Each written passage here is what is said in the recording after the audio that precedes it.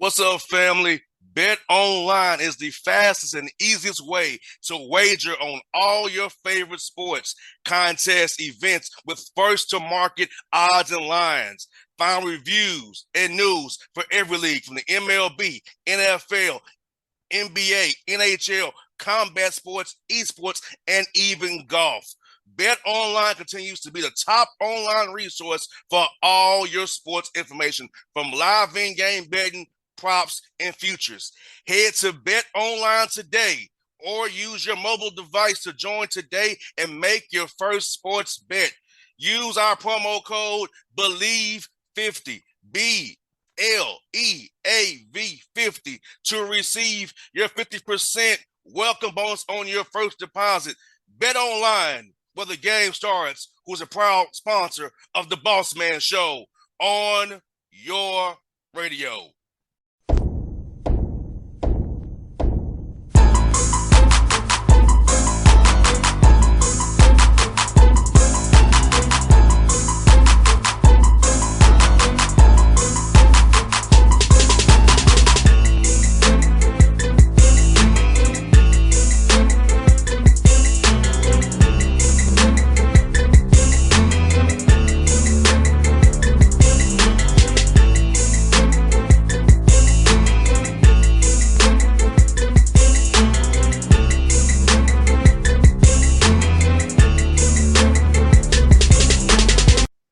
All right, you folks, back on the Bossman Show, friend of the show, Levell Sanders, Binghamton Bearcats out in America East, doing big things. Levell, how you feeling, my brother?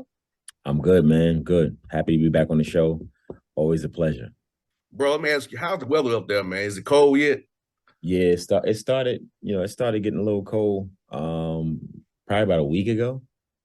Up until then, it was nice. I was like, man, I was kind of surprised that, we were still kind of in that summer weather. And the weather has been pretty good for the most part. But this morning we were talking about turning the heat on in the house. So yeah, it's starting to get chilly. Man, bro, it's 45 here in Atlanta, bro. It's 45. Really? Yes. Wow. Man, it's colder then than it is here. Yeah, I'm in the basement right now with my Adidas gear on because it's so damn cold in my basement. Right. Wow. Okay, that's something a little different. Yeah, usually this time it's still hot. It's still humid. Right. And Right. It's 45 degrees right now. I'm like, what's going on? But Right. but it's all good. Tell you, bro, how's it feel, man? Year two, man, leading this program, man, putting your stamp on it even more, man. So how's it feel for you and your staff, man? Yeah, it's been good. It's been good. It's we had a whole summer to not a whole summer. We had guys here for 4 weeks. So we had a 4 week summer session where we got a chance to do a lot of the things that we wanted to do, as a team. I think this year is going to be better because a lot of the things that we were implementing last year were new to the guys. And so, with them having a more of an understanding of how we want to play and what we value and all those kind of things, I think, it'll translate on the court. So it's been a fun process. I think all of the coaches have been. I know all the coaches have been enjoying it. We had 6 players leave, so we had to bring in 5 new players, which kind of forced us. We thought we were going to be able to do a lot more individual instruction in terms of trying to get guys better, but we had to do a lot of team stuff during that 4-week period, just because, again, we had 5 new players that we were bringing to the program. And so we had to get those guys kind of up to speed. So, but it's been good, man. We've been enjoying the process. No doubt. And for you, Vales, you played overseas in Europe. So how much do you integrate European concepts into your team now? Because I know our coaches looking at NBA gear, trying to see how NBA runs stuff, on watching film on synergy and whatnot. So how much do you integrate those concepts that you learned over in Europe into your team now? Well, I think basketball in general is especially over here, is borrowing a lot from the European game. What I try to focus on in what we did over in Europe was just that team aspect, and trying to get guys to play together. I think that's going to be one of the biggest things for us this year is just, we got some talented players, and usually when you have guys that are talented, they tend to want to kind of do things on their own and try to go off and do things on their own. And so I think the most important thing for us is just having that team mindset and trying to do everything together. And so that's probably the biggest thing that I try to implement from Europe. Some of the drills and stuff that we did, maybe some of the plays and stuff, some of the sets and stuff that we used over there, or I saw some coaches run that I liked that when we played against, I'll borrow some of those things also. But I think the biggest thing is like I said, is just the team concept. I think you have to play together, definitely on both sides of the ball.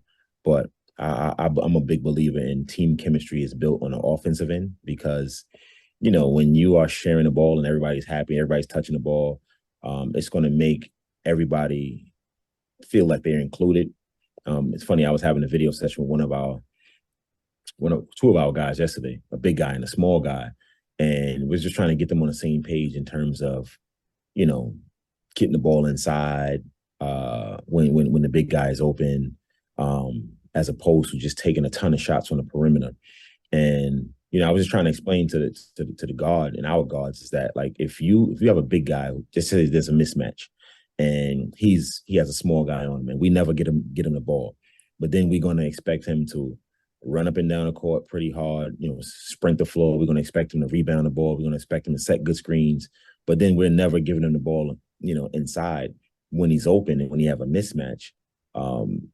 It's hard to build chemistry because, again, he's not gonna be happy, and we see it all the time. And so, but if we are giving him the ball when he has those mismatches, even if he scores, if he doesn't score, he's going to feel like he's included. So it's going to make him want to sprint the floor. It's going to want to make him go block shots. It's going to want to make him rebound and set good screens. And so, I really believe that team aspect of how they do things in Europe, and I think part of it too is, I hear a lot of people talk about, how in Europe they teach the fundamentals more and all of those kind of things. And I think the biggest thing in Europe is that, you don't have the guys as a whole, players are not as talented as they are here in the States, right? And so, whereas in the States, you might rely on some of that individual talent to kind of like propel your team. Whereas in Europe, when you don't have guys that as talented, then of course you have to do it as a team, right? And you need to move the ball to get the best shot. Whereas, over here, sometimes we just give the ball to the best player and try to tell him to go get a shot for you, go make a play. And sometimes those things are needed. And that's why, in the European game or just overseas in general, they do bring foreigners, they do bring the Americans over because they need some of that also. But for the most part, they want to play a team game. And so, like I said, that's the biggest thing that I take away from Europe. And Vail, what you say is very important. You only the Atlanta Hawks, Trae Young dribbling the ball so much causes strife, and it's documented. So I'm not just saying this out of school that I know it's very documented that we run a simple 1-5 pick and roll. So John Collins is not involved in the action.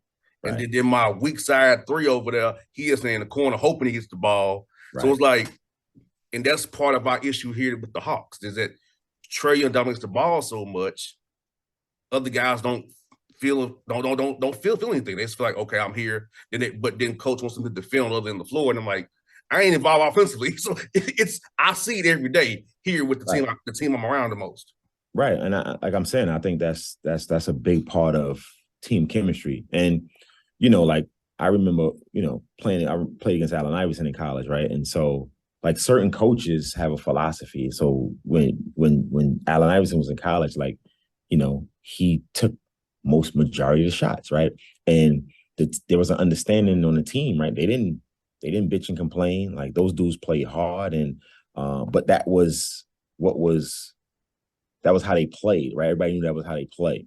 And so, but I still feel that you're gonna get the most out of everybody if everybody's involved. Now, again, there are different roles that you have on teams, and certain guys are going to do this and certain guys are going to do that.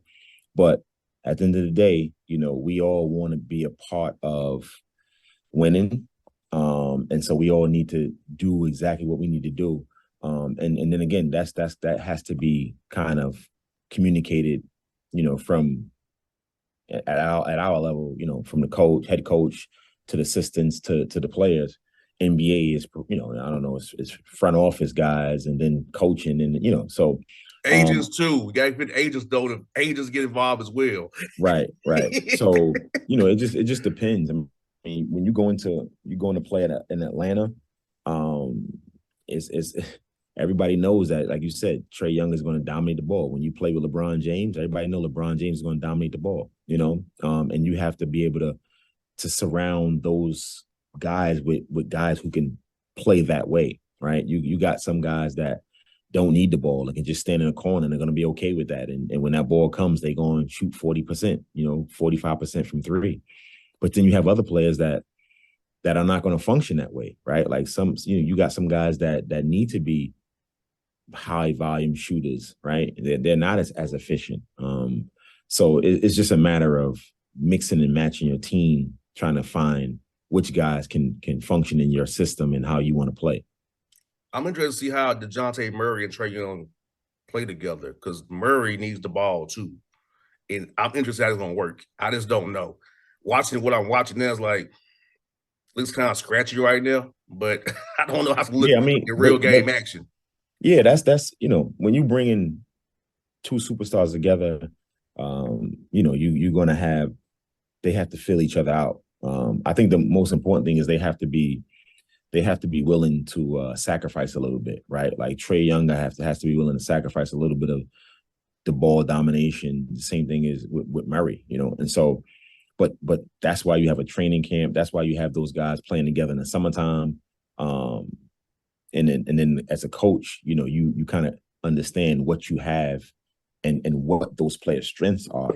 And so, like I said, you have time to try to figure out a system. And you can see, they making little trades here and there to try to build around those three guys, I guess, So it'll be interesting. But hey, that's what coaches get paid to do, and they got to figure those things out. And Levell, you got you an older team this year, man. A lot of junior seniors on your roster, man. So what's the advantage for you having an older roster as you go to the American East where in that kind of conference, Vermont's been at the top, Bryant's there now. And so but having older guys who've been through the fire is going to help you when you play those tough teams on the road and they come to your place as well. Yeah, I mean, it's funny. We were just one of the coaches brought that point up. We had one guy on our roster under 21. And so yeah, I think that's college basketball right now. Though everybody is trying to become older, right? Just because of the transfer portal and things like that. If you're not older, you're gonna have a hard time to compete, right? Because it's just young guys coming out of high school. For the most part, if you're not those upper echelon, there's gonna be some struggle, right? And so you got to have a mixture of older guys with younger guys, and then you find that balance. But I definitely think it'll help us out. We got guys that are we got a couple grad transfers. We have guys that are seniors that's been in the program for 4 years now, and so they've been through some battles. They know what the American East looks like, and so I don't think we'll be surprised with going to play anywhere. Of course, we have to bringing Brian into the league. We haven't played against Brian yet, but I think we've played enough tough competition where we'll be fine in terms of that and that experience. But definitely having an older team, I think, is going to help us out. And I'm looking forward to once we start playing. We've been going at it for a while now, and I think it's to that point where we had Monday was the first kind of official day of practice, but we've been practicing, for a while in terms of just trying to get a lot of our stuff in. And so it's at that point now where everybody wants to play against another, like an opponent, and No tired of doubt. beating up on ourselves, right? So, but we off today. We got practice tomorrow, and so we'll be 39 days to the first game. So we right here. Yeah, I used to get to the point where with football side where they know what's coming. Like, why are we doing this? Like, they know what's coming. I know what's coming. Like, it's like Yeah, I think for us is like you always know what's coming, but you still have to be able to go out. Like we're trying to focus a lot on execution now, and just executing things we need to do at a high level, right? And like I heard Nick Saban say something the other day about being able to do it until you can't get it wrong, right? Like not be able to do it one time and get it right, but be able to do it until you can't get it wrong. And so, we need to, we still not there yet. That's one of the things we always talk about, is executing, and we still have a ways to go, but I think the most important thing is we got to keep taking steps. Like I'm telling our guys, like now we can't afford to have any minus days, where we taking steps back. Everything has to be, going forward. And so, we had a couple guys that's been, sick, and so we haven't had a full roster. So that's kind of a little bit, kind of dampens the sales a little bit. But once we get everybody back and healthy, I'm looking forward to being able to have a full team out there on the court, and really getting a chance to see who we are and what we can be. No doubt. You got some good non-conference games, Levell. You got Maryland, LaSalle, Fordham, playing some A10 schools, ACC schools. Got some return games like with Marist and whatnot. So tell me about all them, man. Those games you all scheduled this year, man. Yeah, plug my computer up before it goes out. But No doubt. we think Coach Johnson handles our schedule. And so I thought he did a really good job of putting together a good non-conference schedule. You want to, obviously we have, the money games, we have to bring in a certain amount of revenue for the school. And so those are the the Marylands, the LaSalles, the Fordhams. And I think we've done a good job of scheduling games that we'll be able to compete, and then scheduling games that's going to test us and give us the opportunity to play against some good competition. Because, again, I people might think the America East is a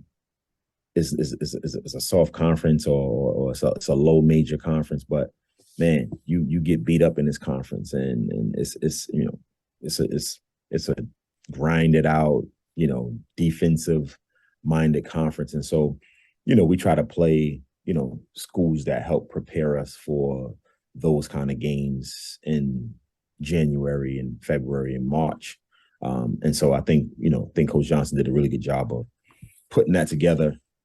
Of course, we had some games that we had to return and things like that. We have a kind of typical schools that we play, conferences that we play. Strategically is good for us with traveling and things like that. But I'm looking forward to play against everybody. I always try to, warn our guys about looking ahead. I think the most important thing is just focusing on who you're playing that day, and not worry about, when you're going to play Maryland, or when you're going to play Fordham, or, something like that. Our first game is against Casanova, which is a Division III opponent, and that has to be our focus. We got to make sure we're worried and focus on playing that opponent first, and then all the other games will take care of itself. No doubt, no doubt. So Levell, ask you, man. So being here year two, having the roster you have now, how's recruiting been for you? Just more coaches around here, know more about you, up New York area, up Northeast area, and also branching out. I saw you down here in Lake Point. So branching out, how's that been for you since you've taken over there, knowing you all made some improvements based on what you've done last year? Yeah, I think the biggest thing with recruiting this past summer was, we weren't on an interim basis, or we didn't have the interim tag attached to us, and so we were able to go out and be confident and let people know that we were going to be around for a while, and so that helped out a lot. I think it also eased the parents and coaches to know that we're here for some time, and so we've got a commitment. We got a commitment from a kid that we think is pretty good, who's going to have a great career here. So we've started out on the right foot. We've got some more offers and stuff out there from kids. So the recruiting has been good, man. Got a chance to get out, first couple of days in September, go see a couple practices and things like that.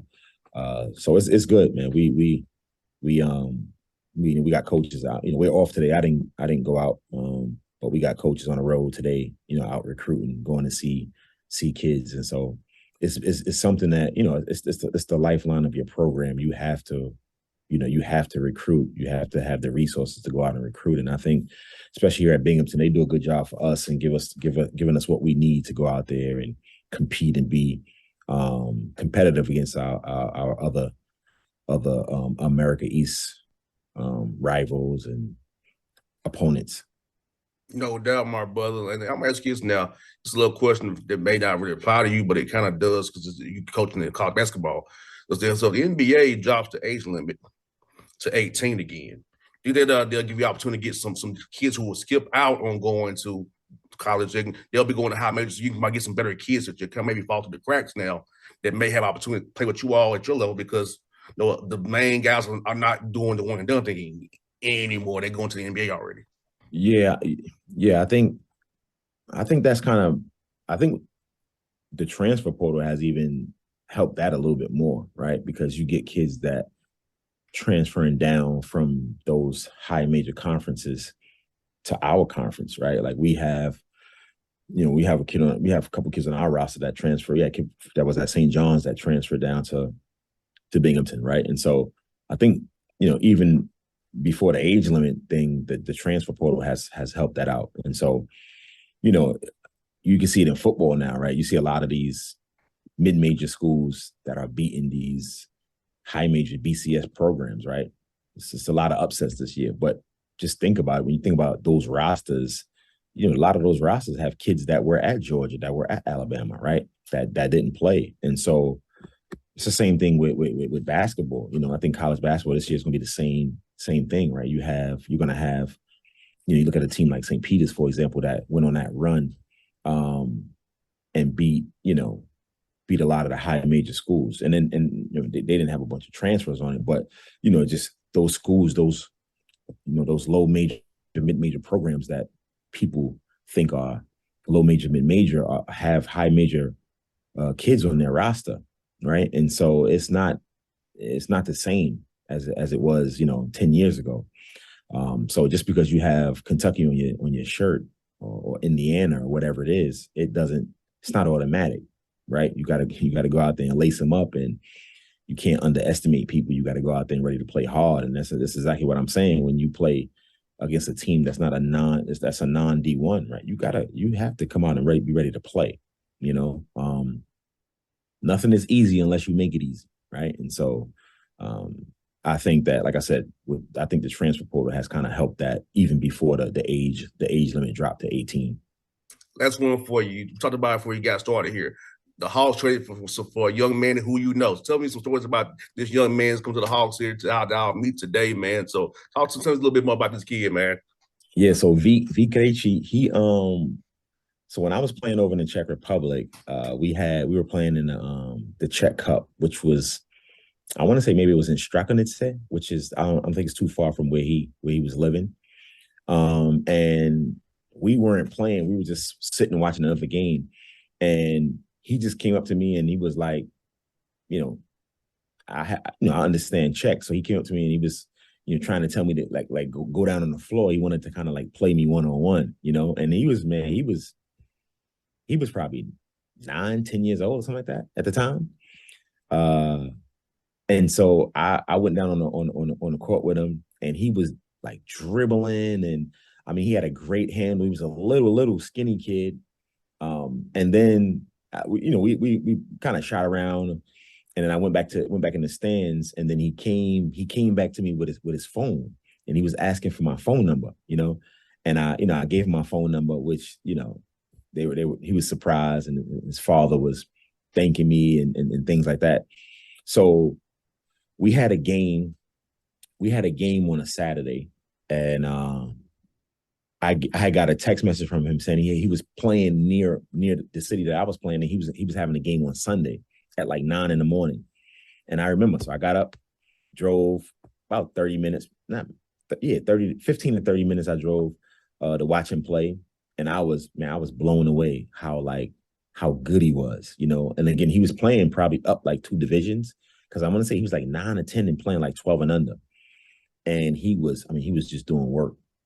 And so from that time, we just kind of stayed in contact. I would go whenever I had opportunity, I would go watch him play.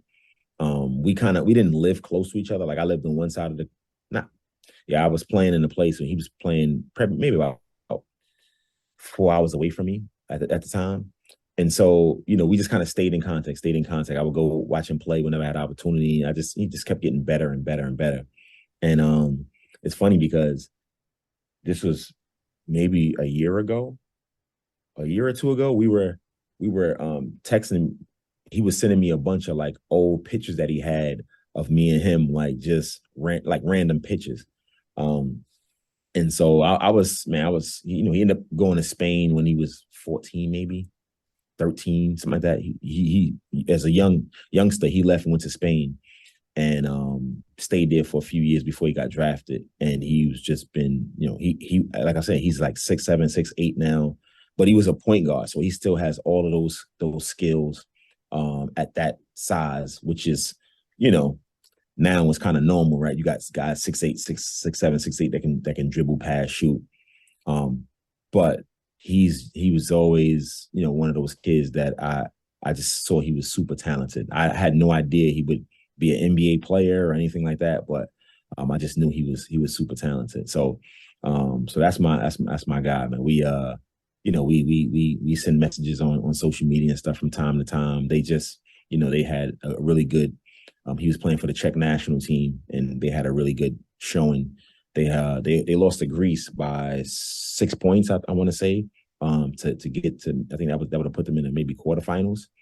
But he's a really good player, and I'm happy he's having the success he's having. Because I saw him when he was a little youngster, running around. Well, I hope he gets some run here with us, and hope he gets to play a little bit. Cause I know our rotation is right now is Aaron Holiday, Justin Holiday, Bogdanovich, Kaminsky, and Okongwu is our bench right now. So I know he's coming in as 11th, 12th, or 14th guy, but hopefully he can get an opportunity. I feel like somebody gonna get hurt. He'll get an opportunity eventually this year. Yeah, man, you know the season is long, man, and that's what I mean. Even with our guys, right? I try to explain to our guys like you have to stay ready because the worst thing is when you get an opportunity, you're not ready, right? And so, especially with the NBA season, man, you got that many games, that long of a season, so taxing on your body. He'll have an opportunity to get out there, and I wish him well, man. I hope he has a lot of success. Again, he has to be one of those guys that he's got to be ready to catch and shoot when he has an opportunity. When those guys create something and get double teamed and they passing the ball, right? Like that's going into Atlanta again. You have to know that that's going to be your role, right? So you got to try to be as efficient as possible. And not a lot of young kids are ready to be efficient, right? And so I think the more efficient you can be, the better the better you will become, because you'll be able to play on a lot of different teams and you'll have a lot of value, right? Like, we just have a bunch of guys on our team that I'm trying to explain them the same thing. Like we got 12 players, all 12 of our guys can play. We can't play 12 players. It's just not possible, right? We only have 200 minutes in a game. But, because we have a lot of guys, you're not going to have as many opportunities. And so the opportunities you do have, you got to be efficient. You can't go 0 for 6. You got to be 3 for 6, 4 for 6, right? And so, again, like I said, not a lot of young players are ready to be efficient. But I think, again, that's something we got to, as coaches, I know for me, it's something that we harp on a lot, is trying to get our guys to shoot as much as possible. So when they have those opportunities, man, I'm always talking like this is a shot we got to be able to hit at a high. We got to be able to execute this at a high level, right? Like open shots, we got to be able to knock down open shots, and that's what pros do. Pros knock down open shots for the most part. We got to take those shots and a lot less of the bad shots, right? Because we're gonna shoot a better percentage on like wide open threes and layups than we are on step backs and turnaround jumpers. I would say he has a partial guarantee of 781. They can get out of it if they cut him before January 10th. Hoping that don't happen. But while he's here, because he's your guy, I'll make sure look out for him, take care of him for you. Definitely. He's your guy, I'll make sure he's good. Yeah, show him what the ATL is about.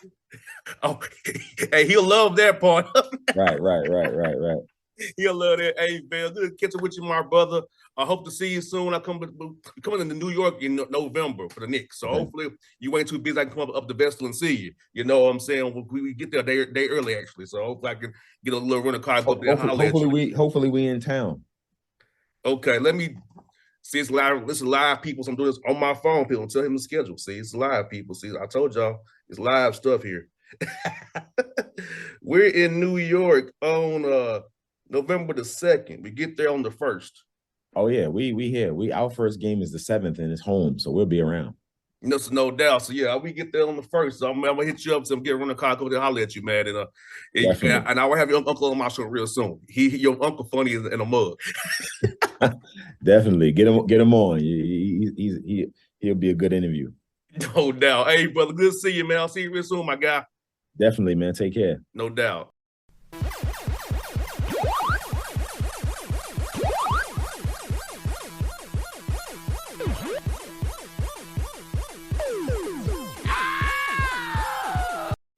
What's up, family?